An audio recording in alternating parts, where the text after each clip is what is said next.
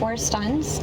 When you have 4 stuns, you need some kind of cleanse or something like that, which is what LC would have provided. But now that that's not available in the pool, it would just, they need some kind of blink initiator on Vici, some kind of follow-up, because typically Void can go in for you, but he works best when there's someone to kind of draw attention to themselves, so he can set up for a good Chronosphere. Yeah, like a Spirit. If we didn't think this Lina was going mid, I'd say like Ember Spirit or something like that. Does Doom work here? Because they don't through it. I know that's one of the old 11 favorite heroes. That is one of his favorite heroes. Beastmaster. Beastmaster. It's been a while since we've seen Beastmaster for old 11. Okay. This is a good Vici draft. I really like this draft. Okay, why? There's a lot. I mean, they've got tons of stuns. They've got tons of setup for the Lina. Like if this Lina goes to any of the lanes, you have the Beastmaster Roar to set up for her. You have the Faceless Void Chronosphere to set up both of the supports. Amplify the Lina's damage. You have the Snow from the Helm Dom creep on Beastmaster. It's like there's so many ways that Vici could win this game. Yeah, and to add on to that, when we were talking about Monkey King earlier and how his ability to provide vision is so good for a hero like Lina who just likes to sit far back and hit things, now you have the Hawk to scout out the Monkey King in the trees, and you have Elder Titan Spirit just running around. So not only do they have the superior vision, but they just have the damage to deal with the durability of T1's heroes. So what does T1 need to, what hole do we need to fill in this last pick? I could see them picking a Morphling, and I mean, well, okay, I guess against ET it's not so good. They need something that lanes decently against, Phantom Lancer doesn't seem that bad, but then again, you could go for the Axis build on Beastmaster. You're an Agi hero against ET. Face the light. You may now select your hero. Okay. So is this a Monkey King? Okay, 23 Monkey King. Okay, yes. That's not so crazy. Yeah, of course, that's what I was assuming. Yeah. I thought it was going to be a Dawnbreaker carry. No, you thought it was Monkey King carry too, right, Jenkins? Yeah, of course. I'm a professional here. So Dawn Ags could actually be incredibly good in this game if Zephyr manages to get it because of the added evasion and the added healing, but can heal through Chrono and through Roar pretty well. So if that's the idea that they're going for here, some kind of save, but also a strong laner, I think Dawn fits the bill pretty well. I like Vici's draft more though. So to Effie's point, in case you don't get this, when you deal with Chrono, it being such a strong ultimate, you have 2 options. Phantom Lancer, for example, just eludes it or avoids it, or alternatively you mitigate it. And Dawnbreaker is trying to mitigate the damage in the Chrono, right? True, of course, yes, of course. Dawnbreaker very good against Faceless Void, although you don't stun when you ult into the Chrono, which is a bit annoying. Yep. Well, we're gonna go now with the coach interview. So we have Vici's coach on the sidelines, and Frankie is ready to ask him some questions.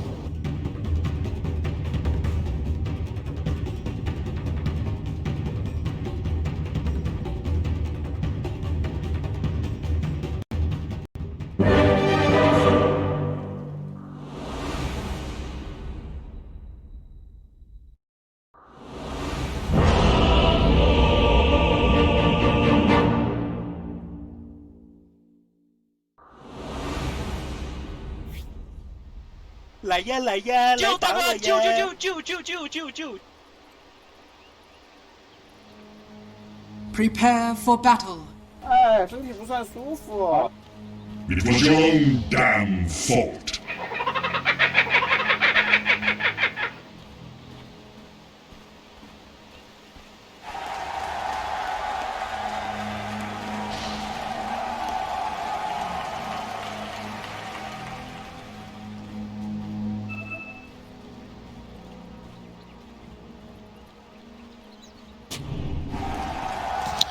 Thank you very much, Frankie. Suns fan with Cinder and Vici Gaming versus T1 Game 2 of the best of 3. Vici Gaming, of course, had to win to stay alive. If T1 wins, they face off against... They get the pleasure of facing against IG, who's the top of their group, coming into the main event. Your thoughts, Cinder? I think... I've really liked both drafts this game just in isolation. Like when I look at both strategies, it's very clear what they're trying to go for. You've got the T1 strategy with some good team fight between the Monkey King and Shaker with some reliable setup from Lion and Dragon Knight. Dawnbreaker following up is amazing on all of these stuns like we've talked about before. Basically has 4 good things in this game, just have stuns that help you get into the fight. You look over at Vici Gaming's lineup, they have a nutty team fight combo of Void plus Elder Titan, and I think Lina is one of the best mid heroes to play together with Void this patch. Have insane overwhelming damage in the Chronosphere of 2 damage types. You have the position 4 Weaver that's going to probably get a save against these single target stuns from T1. And then Old 11 on a Beastmaster, high pressure hero that can get them ahead, get them vision. So really think this will be a closer game than game 1, even though, you know, Vici Gaming kind of pulled it back and be competitive. I think this one we won't see like a 15k gold lead minute 30 for either team. Unless Carl, no, I don't think the DK versus Lina matchup here. I mean, you might end up even if you're really good, but... I do want to talk about this. It's good that you mentioned this, because we had another game this tournament with this exact matchup where it was Carl's Lina against Nothing to Say on Beacon Knight, and Nothing to Say won the lane. So I think that is the only hero this tournament I have seen Lina lose to a single time in that mid lane in the first 5 minutes. So gotta keep my eyes on this to see if it's a consistent thing or if Nothing to Say is just that good. Yeah, might have just been an anomaly, but we'll have to see after the... There's still a small sample size of 2 games, but either way, this is something I do want to mention now because I'm just really interested, as you might know, Cinderin, the idea of Dawnbreaker against Faceless Void. Do you go for, like, do you prioritize Ags this game? The evasion, the extra HP regen that you get, you just have to not be chronoed yourself. Yeah, so this is why Axe on Dawn is so beautiful against Void, is the problem that you face a lot of the time is when Void uses Chronosphere, if you ulti right away for the save, you end up, your hero physically comes from high up in the sky and falls down. But if there's a Chronosphere there, you get stuck on the top of the Chronosphere and you're stunned there lines. Yeah. So if you have Axe, the channel time is so long, you can just sustain it through the entire Chrono. Right. Effectively giving, like you said, the 60% evasion and the healing. So yeah, absolutely. I think it would be an awesome choice this game. It would also kind of force both Ori as well as Poyoyo to get MKBs if they won't even kill on the Chrono. So yeah, I think... my perspective, Zephyr should actually rush it. He can get a mech this game. It's just straight Axe. It's really that good, yeah. First item, I would love to see optional lock, maybe, but yeah, I think the Aghanim is just good here. Very cool. As we see Carl versus Ori, as we've already talked about, pretty even. I mean, 6 denies for Ori. That's can give him the level advantage for now, but to be expected between this particular matchup. Old 11's going to be playing the Beastmaster this time. I haven't seen a ton of Beastmaster on him this tournament. It feels like that hero has tapered off a bit with the nerfs to Helm of the Dom. Well, Helm of the Overlord specifically. What are your thoughts on this choice this time around? I think it's good. It fits well with their lineup. The panel was talking about getting the vision advantage for your heroes is extremely powerful. And as far as Old 11 goes, he can sometimes be my kind of player. I think this is the kind of hero that Old 11 can take charge on and get a lot of stuff done. Push towers, initiate fights for the team. Mars in the last game was given, I dealt, I think, a bad hand. Like, it was a hard lane, I was playing against Razor, and overall their lanes just went horribly. So this is a different approach, and I think it's going to work very well here. Whitemon, he's going to get a swarm applied to him, but the Earth Spike with the Hex and the Dust, PYW looks like he'll live. But it takes heavy punish just for existing as a disgusting bug. Sorry, I just really hate bugs. So LSA is going to connect onto Carl. Or free. And once the rotations come, if Carl is still at this low AP, that's going to end up being an easy kill. Okay, but Nothing to Say it's just that good, confirmed. Yeah, I think so. Ori is very far ahead of Carl this game. It's not as bad as last game, though. The reverse versus PYW gets caught off by that Fissure Cuckoo. A nice enchant totem. Trying to turn this around, but it looks like, one more right click will do it, but it can't reach him. Poyoyo will turn his sights to Whitemon instead. Swarm comes through. He's going to pick up Whitemon, and he's going to take that onto those beaters. As Cuckoo just barely survives as well. So first blood goes the way of Vici Gaming this time. Could you imagine that? What a way to go out. You've been to hell and back and didn't die there, and then you get killed by a little scarab. Yeah. Those scarabs have to be really nasty. That is... Have you seen the Mummy? Why am I asking you anything? Carl getting chased by DY. Died with honor. We'll be fine though. And just one of these mid heroes I find interesting because a lot of these players that play mid are very mechanically skilled, and DK is like, you blink, you get a blink dagger, you blink, you initiate. You're almost like an offlaner. You just get kind of expedited levels. Really high pressure here mid from Ori again. Carl will sustain, but will struggle to even use his soul ring to use mana right now without dying, and just keep laying into him there. Living on the edge right now, which you kind of have to do if you want to get this XP. You can see Ori. Another LSA connects, and he's about to hit level 6 here in a couple. 11 is trouble top as well. This is Radiant's a 22 Savage has the Jingu. pretty tough position to be in. The favorable trade. Oh, didn't Starbreaker not connect it, going to though. fully connect. 23 Savage and company just forcing them out of the lane at the very least. Oh, bottom lane. Again in the bottom lane. Yo-Yo gets the bash. Radiant Cuckoo. structures are Continue to get fortified. chased and harassed by PYW. They're going to jump in with one time walk, and the right click from PYW is enough to secure yet another kill for Vici Gaming. Dilation is so good against Shaker in lane. He will always need to use Enchant Totem to farm, and that means if he has used the Fissure and you dilate after, you have such a long time where you can just run him down. And they make very quick work of him with these two heroes. Yeah, this is a Faceless Void Weaver lane. It's not exactly traditional lane, but they are winning this bottom lane as well. So this time around, Vici Gaming, totally different situation. And as we talked about, if they just don't get crushed like last time, maybe they'll be fine. Oh, well, There's the Dragon's Dragon. Lane. Oh, 50-50 Cinderin. Eternal Envy would be proud. Ori is going to spot out Zephyr now as the Imp will come back from whence it came. Looks like Whitemon takes a tumble in the bot lane though. As Ori looks to be fine. Still has Laguna Blade to work with, but no mana to speak of. Was not able to secure the rune this time around. But a lot of pressure to this tower. I mean, 3 heroes here with the catapult as well. And let's see how Carl does when he's playing from behind. I think it's been a while since that's the case, that Carl lost his lane this hard. Even in the game when he was Lina against Nothing to Say's Dragon Knight, I think Carl was still having better conditions than this. And Dragon Knight, in my experience, doesn't perform very well from behind like this. Like, you really need some key stuff. You need boots. You need arguably upgraded boots into dagger. Chronosphere in the bot lane with the swarm from PYW. Cuckoo looked to be super dead. The question is who's going to get credit. Dire's top tower It is under the... attack. Yeah, he's going to get earn charges as well here, so that's one on Puyo immediately too. Oh, 23 Savage. Ori's in the vicinity. Oh, all right. Preemptive jump for 22 Savage. Good instincts. Get salved. He's still not safe though. Okay, now he is. Ori's showing. Oh, they're going to push. Beastmaster Hawk giving some vision here. Catapult doing some damage as well, but it looks like it'll be mitigated here. They have no glyph, so they can't keep it alive until the wave connects. And they will respect the potential play of T1 there. Yeah, Carl just trying to catch up. I mean, that's the one good thing about this rotation from T1's perspective is they're going to waste a little bit of time in that top lane, which means Carl can apply some pressure to the Tier 1 tower, which is obviously Dragon Knight's prerogative as a hero in general. Put Yo-Yo in the bot lane. 38 and 12 for CS. And you can see 23 Savage just a little bit ahead with 42 in the top lane. Oh, Echo Stomp will connect to the Carl. It's going to set up the LSA, but a nice counter stump from Whitemon. They're going to try to turn this around as Carl gets some save from Zephyr. Gets up the Starbreaker. That's a big kill on Ori. T1 finally on board for game number 2. Yeah, they brought a lot of heroes to ensure this kill, but it's big. Radiant's middle Yeah, tower is under Carl attack. loves to get that help, and it allows him to also start laying into the mid-tier 1 tower a little bit here. He needs to push out this wave ASAP if he wants to get more attacks in. Is working on it with the Breathe Fire.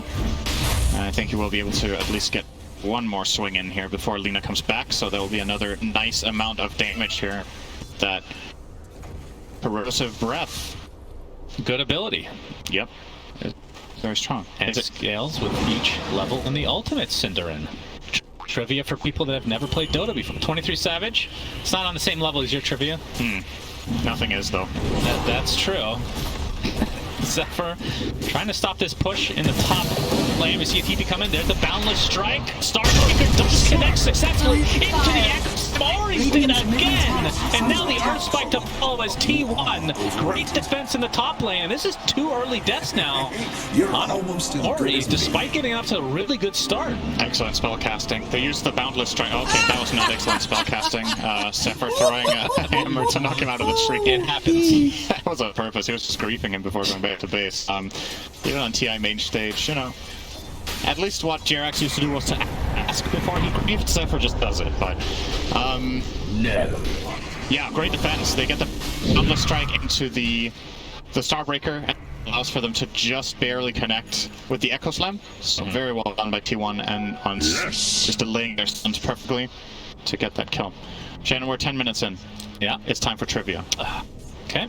What is the square root of the sum of the cooldown of Roshan's abilities? Alright, that's a stupid question. Next. Dire's top tower has been denied. It's a whole number.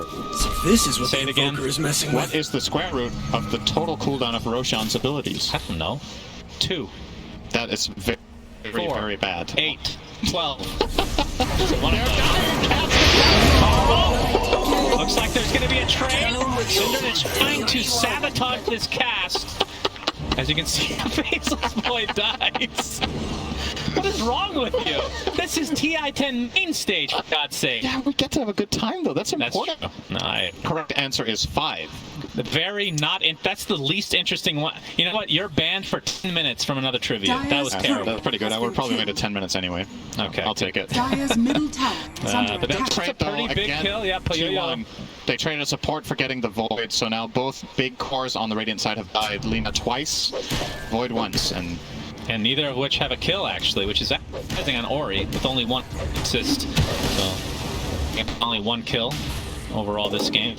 Whitemon, he's going to run into a lot of heroes, but looks like he is more than fine. Zephyr going to chase them out here. Starbreaker actually does connect with the finger of death from Whitemon. All right. oh, such a satisfying spell. I mean, getting a kill in general is satisfying, so if there's flashy particles and a nice Just something about Finger of Death. You say that at every spot. No, I don't. I say it about Finger of Death. You said it last game about something else. It was Boundless Strike.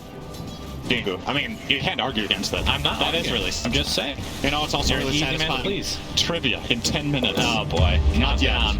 Carl. More damage with that corrosive Radiant's breath, middle which will tower cause has been denied. Puyoyo to deny the mid tower.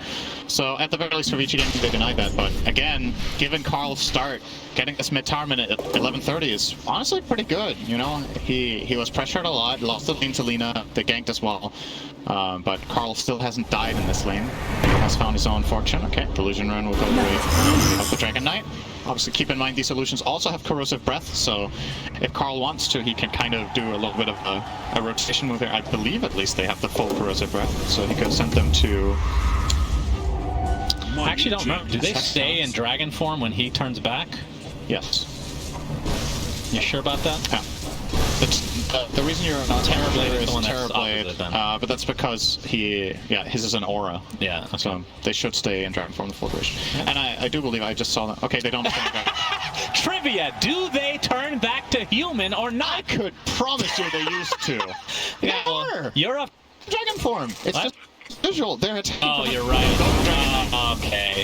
Damn it. I told you. Technically, I'm right. They are human form. They're just attacking in range form now. So we're kind of both. I mean, Radiant technically, are scanning. I am the right one here, so human form in visual aspect only. I don't really want to give you this one. I don't feel like you're right. All right, Echo Stab. Oh, all right, Mischief not able to dodge that. But it's not going to turn into any fight yet. So Vici Gaming, they have some crazy team fight. I haven't really talked about this much, but the Chronosphere into the splitter as Cuckoo jumps in with that Blink Dagger Enchant Totem. Here comes Zephyr as well. Starbreaker should cancel that Echo Stomp. That ends up being a freebie for T1. But yeah, a lot of setup, not a lot of setup, but a lot of chrono damage once that's placed. And then once Weaver, Mr. PYW, I would assume goes for Axe next if he's on the outside. I mean, there's just so many options for Vici going forward. I really like their lineup. It's pretty crazy, by the way. Carl is second on net worth now. He's made a fully comeback. recovered. Yeah, it's. I mean, part of it is because of the deaths on Lina have set her back a bit. For sure. And the big breadwinner currently is, of course, 23 Savage on the Monkey King. No big surprise there. It's a good lane for him against the double LA hero. Yep, Weaver. smart. Monty PYW. 23 Savage is in the area though, so Yep. looks to be fine. Puyoyo on the Faceless Void has the Orb of Corrosion, excuse me. Yep, the Going other end for doesn't the exist Midas. anymore. Yeah, Orb of Destruction was Dire deleted, are in fact. scanning. W might be in some trouble. Sentry is for the other side. 9 laps, but back into the arms of T1. So another finger for Whitemon as the Earth Splitter actually coming in. It's going to connect on Cuckoo, trying to kill this annoying Wild Wing Ripper before his untimely death out of his 23 Savage has other plans. He gets off his ult with the Boundless Strike. Roar is there to keep them at bay though, but it's going to be second kill in favor of T1. And despite having that Roar, Looks like this is going to be the death of Beastmaster as well. But here comes Poyoyo. He gets a big Chronosphere. Not that much follow-up, though. They're going to find one kill onto the Earthshaker. It's Ori being pursued by the Monkey. 23 Savage has the Boundless Strike, connects Whitemon into the vicinity. This is going to be another kill onto Ori. Just such a rough game for him after that really good start. Oh, I'm sorry. I'll get to why I'm laughing so hard right now with idiots. Carl looks fine. Alright, tell me why you're laughing. Alright, so Carl blinks in for the follow-up there on the Lina, and he shoots his green fire like 500 range away. Misses it completely, plays the Sinatron. Nice. Well, at least it's a good effort, though. That's yeah, he's clearly having a laugh at it. Unfortunately for them, it didn't really matter, but that was funny. Oh my goodness. Well, it does happen. Misclicks happen even at the highest level, so it's a good thing he can just laugh it off and continue on with the game. But yeah, another good overall sequence here for T1. And I was going to say, Weaver with this Vessel, you know, depending on when you get this item, it can have like varying degrees of importance, right? You're playing against both Dawnbreaker, Monk King, and Dragon Knight, and you got it early on your Weaver, so you really want PYW to be involved in kills. It helps so much until they start getting the BKBs and DK and Monkey. Unfortunately for him, though, he was the start of that fight. He got killed first as, they found out DY. Yeah, is toast. Tons of stuns. Disabled for an eternity, so another death for DY. So T1 kind of withstanding the, I want to say, the very early laning stage, and have bounced back to a very high degree now, as 23 Savage is top of the net worth. As we see a replay, is this what you were talking about? Showing us Carl. I like that in this highlight, we're all just looking for the see this fail. breathe fire. There he is. All right. It happens. If you make an SFM on this and just change the angle, it ends up looking really epic, I'm sure. Yeah. Make sure you play the sad trombone in your video, though. True. It happens. Alright, next move. I think it's time for Vici Gaming to get something done here. 30 seconds. Chronosphere cooldown. You were right. Zephyr is going for the Aghanim Scepter straight up. Nice. As the I love he's this halfway there already. It's a great choice in this game. And the cool thing about this hero is the support. I mean, we've talked about the lane pushing and all of that, but the fact that she can actually farm without really needing much. Just the hammer alone allows you to take out waves. And very tanky to boot. PYW. Looks like he's, I would assume. Is it Carl connecting top here. Yeah. They're looking for another kill on PYW. They might get it with Dragon Tail. Dragon Tail initiation. Zephyr with the Starbreaker. They put vision down a little bit late, so PYW is going to take a brief fire in the trees, but won't be pursued any further. Carl's going to get roared. Laguna Blade to follow, but here comes a Solar Guardian that's going to heal him up to a decent amount. Ori just can't finish the kill quite yet. Carl getting pursued by PYW. One more right click should do it. Fine, no, he's going to live. The Chronosphere comes back. She catches his teammate. The splitter to follow. Whitemon is dead. Echo Stomp up to basically everybody here. 2 dead already for Vici Gaming. So advantage for T1. 23 Savage gets off the Wukong's demand. Trying to pursue a little bit further. They're going to find yet another kill. How has T1 stayed alive with everybody? And now trying to go. Do they have the setup? Boundless Strike to start with a time walk to safety. I actually cannot believe Carl lived. That Got a stat for damage taken in that fight for Dragon Knight. That was crazy. He took so much damage for his team, and they don't get the kill. The thing is, not only does he live, but, you know, he kind of baits Weaver in, doesn't find the kill, then he baits Elder Titan in, doesn't find the kill, and Vici Gaming just end up spending the entire time just desperately trying to at least get the kill they wanted to begin with. And Solar Guardian clutch there for sure. Yeah, that Zephyr changed everything. And imagine when that gets bumped. And imagine that have one missile charge. That's what I mean, right? True. They just don't have it for that kill on PYW, so they don't get it. And it snowballs the whole fight. With one vessel charge there, he gets the kill, gets another charge, they can go on to the next hero and keep that fight going. But yeah, just not able to. T1 clutch with the saves. So T1 rocking a 2k net worth lead. Not quite as big of a lead as you would think, considering the 14-6 kill advantage right now. And of course, Poyoyo, we brought this up, but has had that hand on my ass for a while, so we'll see if that ends up paying dividends. Working on the BKB though, about 800 away from finishing that bad boy. It's found a Quicksilver Amulet, nice item on Void. You get that quick swing timer for an early bash, which helps you get bash ready again faster. Oh, double BKB just picked up by T1. So That's big. 2 cores now. And it's close on Dragon Knight too. Only 600 to go for him as well. 700, pardon me. Took your Radiant last week. Didn't help.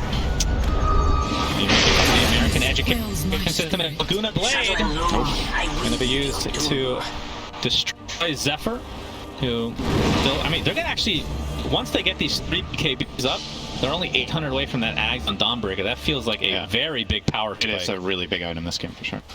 All right, Roche is opened up here for Vici Gaming with 25 seconds on. And they do have Swarm level 4, which is really, really good for killing Roche. And PYW is going to tank Roche so the bug doesn't. And comes Yo, so. Yep, T1. They are aware. They have Echo. Oh my god, this would be a disgusting Echo Slam right Smoke now. breaks. Yep, Cuckoo in the vicinity. His blink gets canceled, but there's Carl with the initiation to start things out. Gets the Dragon Tail off, but Ocean looks like it's going to be taken out easily for Vici Gaming. They will lose the Elder Titan in tow, but there's the LSA actually catching the Earthshaker, so Cuckoo not really able to get off the initiation he was looking for. Very good for Vici. He didn't have to use Chrono to secure the Roche either, so it means there's another play opening up for Mario. He's gonna get enough gold for his BKB with that bounty rune picked up from Ori. So next move is on the horizon. Something else on the horizon. We're now past minute 20, so it's time for trivia. Okay, I should have said 20 minutes. You're gonna like this one, okay? What is the passive aura of Ring of Aquila called? Is that Radiant in? Is somebody equipping that item right now? They took it off. The passive aura. Radiant's middle tower I is have under no idea. attack. Give me your best. Ring of Basilius aura. That's what I'm calling it. Aquila aura. Oh my god, it was actually not that bad, not that far away. I get half a point for that? No. Okay, thanks. I mean, you got aura right, but it's an aura, so I don't know if that counts. That's half, technically. It's like, you know how you feel about that? Ice cream is this, and then you say licorice ice cream, but it was orange ice cream. You're like, I was close. I got ice cream right. I mean, come on. Of course, it's ice cream. It's still true though. Carl. Oh, you got the Echo Slam coming out with the BKBs activated. Can they blow? Faceless Void, absolutely. Arc Splitter does a little bit of damage there, but a big kill on Poyoyo by 23 Savage, who's still top of the net worth right now. Very swift kill, and of course they do find the core on Vici Gaming that does not have the Aegis in that Void, so would not have gone for that play onto Aura with Shaker, I'm sure, but they do find Poyoyo, so very nice here. Gonna delay that timing of the Aegis. There's still 3 minutes 20 left for Vici Gaming to try to use this Aegis to get mid-tier 1. I still think that's what you really want to try to grab with this, but fortunately for Vici Gaming, struggling a little bit to get in, right? Like, that's the problem. There's no dagger on Old 11. Your catch is pretty limited without it. Void can commit a time walk into Chrono attempt. But they have the helm of the Overlord Center. Old 11, he's got the big, juicy golem. No, it's the golem. They used to have a dragon. Now it's a golem. It died. This guy uppercuts like none other in the game. Best animations, in fact. Absolutely love this guy. As you see, I wonder if his eyes glow in the dark. That's a very random question. They probably do, actually. Okay, good to know. Yeah. Ori has the invisibility rune here. 23 Savage in the area with Wukong's command available, but of course they don't have Echo Slam, so this would be a little bit of difficult. The 23 Savage does use the Wukong's command, gets roared inside of BKB form. You can see Kuko Company just focusing on Ori. That is the Aegis down. TYW looking for a potential Echo Stomp here, but there's the jump BKB by Ori, trying to turn it around. Laguna Blade takes off the head of Lion as Carl now trying to retreat, but there is the Chronosphere and the counteract from that Solar Guardian. I believe that is the Echo Slam Solar Guardian. The Agnem Scepter, I should say. The invasion comes to this 23 Savage, getting pursued now, completely surrounded. It's going to end up being an easy kill, surprisingly enough for Vici, as they continue to try to hit T1 out. Echo Stomp onto 2. Now on to the high ground, they will attempt this as that Ogre is still beating the crap out of a dragon. It is a golem. What did I say? Ogre. Ogre golem. I'll give it. That's okay. Yeah, it is. That's true. Crazy fight. Like, what's really important in this for Vici Gaming is two things. First of all, the amount of spells that T1 need to use to get the Aegis in the first place. They use Monkey King's ult, which ends up expiring. So they just run out of damage on T1. They really need the Wukong's command to continue that fight. Echo Slam was not available, I think, for Kuko, or at least didn't find a good one. And they were hoping to instantly hex Ori out of the Aegis, he probably could be faster than they could Hex. Lion dies instantly. You have a Dragon Knight out of position who's trying to Dragon Tail the Lina, so effectively you just put yourselves in a really bad position when your spells were down. And in hindsight, it's easy for us to say, just to take your Aegis kill, happy with it, back off and lose the tower, but that was not going to work with the way T1 set that up and got punished for it pretty hard.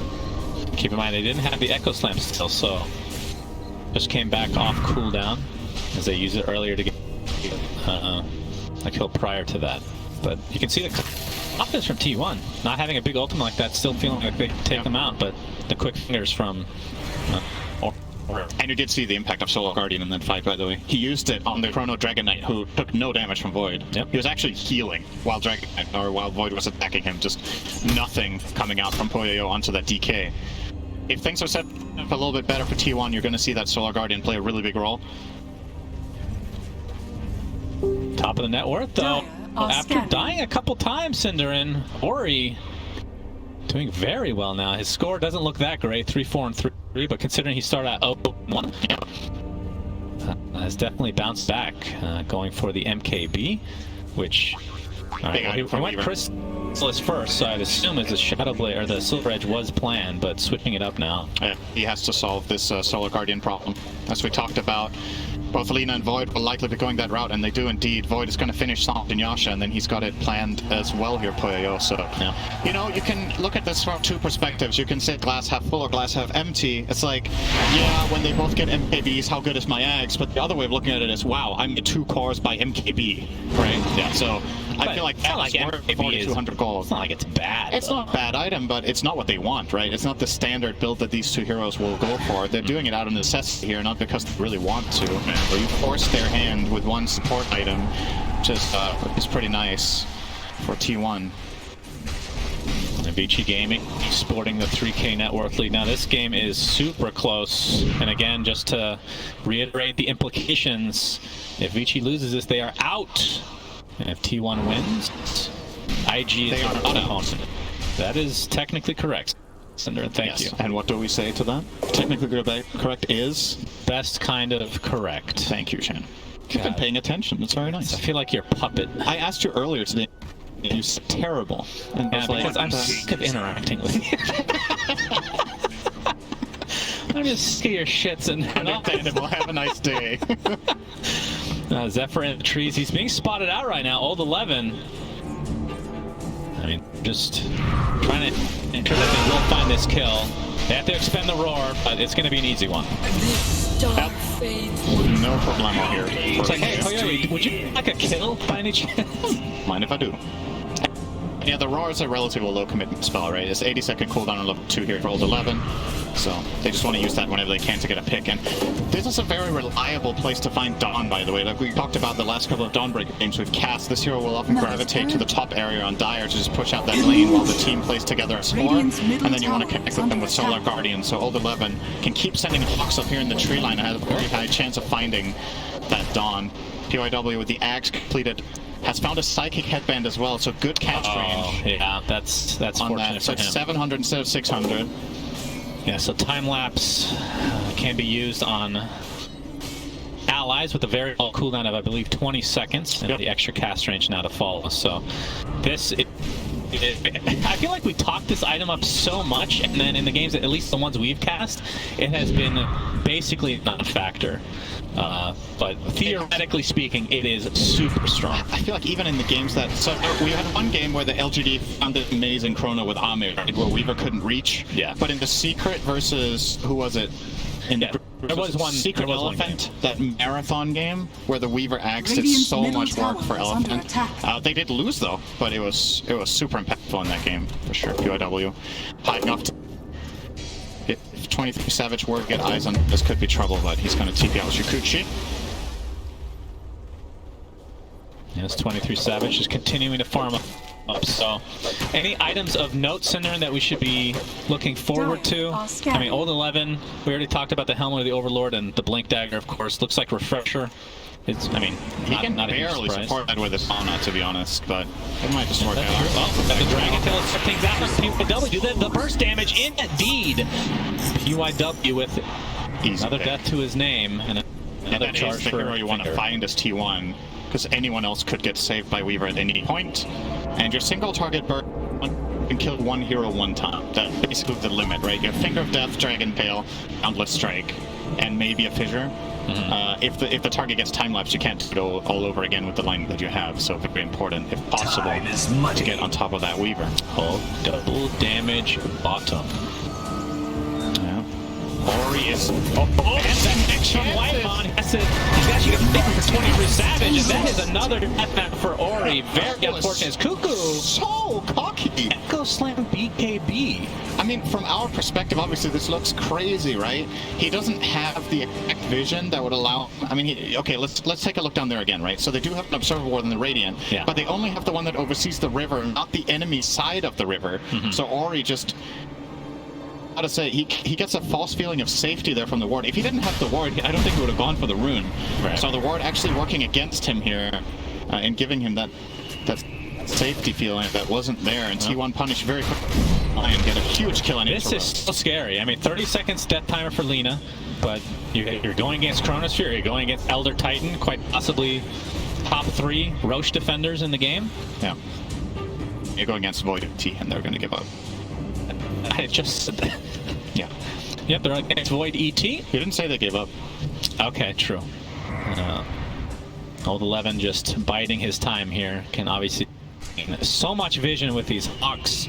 He does have the shard as well, by the way, which this is the cooldown of the Hawk and gives you the what's the actual ability called? Dive Bomb. Dive Bomb for the suicide mission for those Hawks. That is an awesome skill name. Yeah. I like that one a lot. That's good. I agree.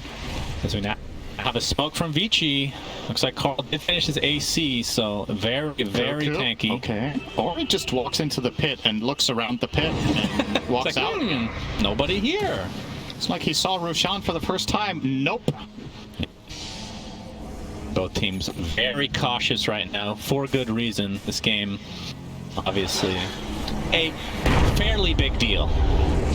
Echo Stomp from afar, Poyoyo. He's gonna get Dragon Tail to start things out, but Carl might be regretting his decision. Waddling away right now. Time dilation on top of him. Has to pop his ult along with the BKB, trying to turn this around onto the Void.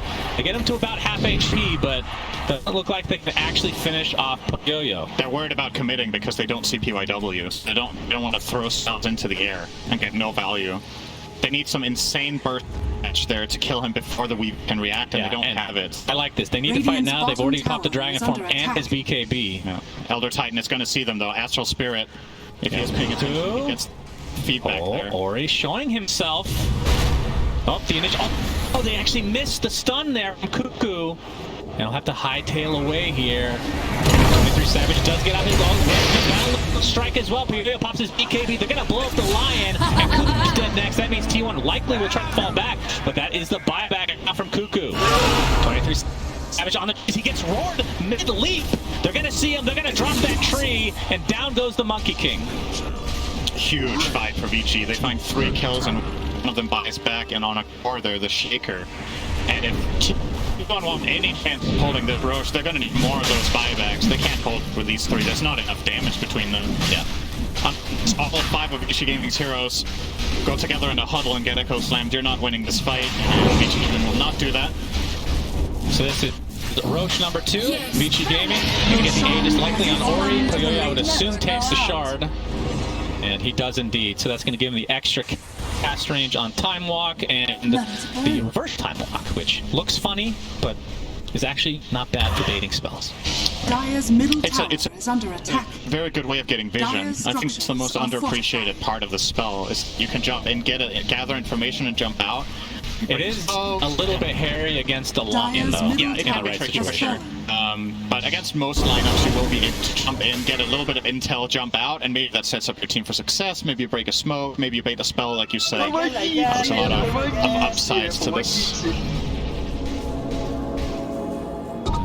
Gaming taking control of the outpost now, and you can see in terms of the tower pressure, they have up basically down the tier 1 and tier 2, so the tier 2 mid will likely be their next choice.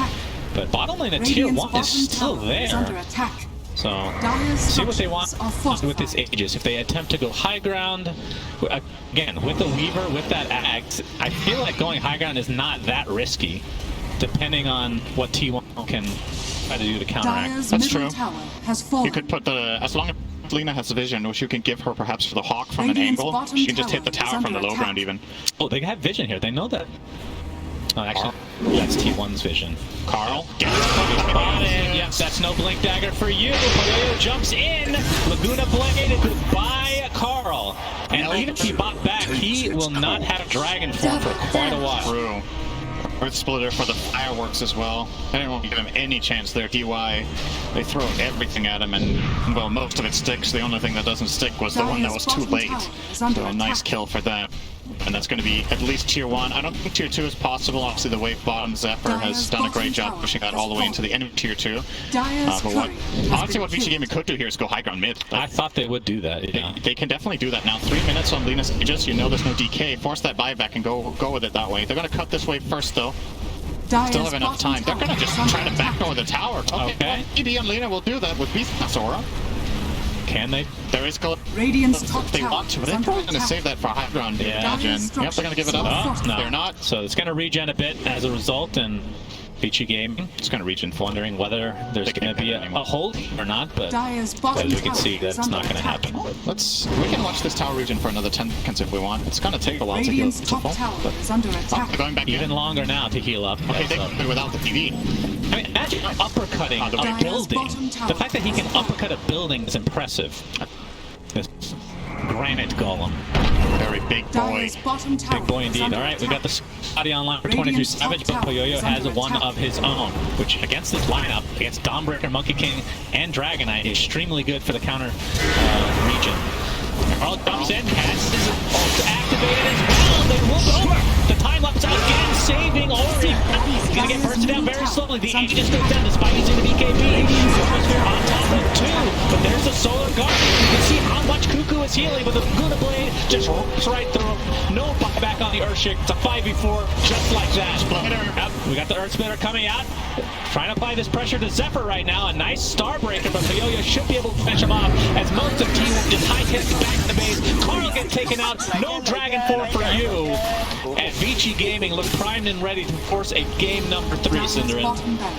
Savage having a bit of an identity crisis saying, not Scarecrow, I'm Cuckoo. No, Sir Cuckoo is your teammate on Earthshake who died before you, trying to find a kill on a Weaver. And she's going to be called dead. It is nice game from Vici Gaming. So difficult to play into Weaver Aghanim Scepter. I mean, they had to kill Cuckoo several times over, but they did so regardless. And T1 now, potentially, I mean, they're both on the brink of elimination, technically speaking.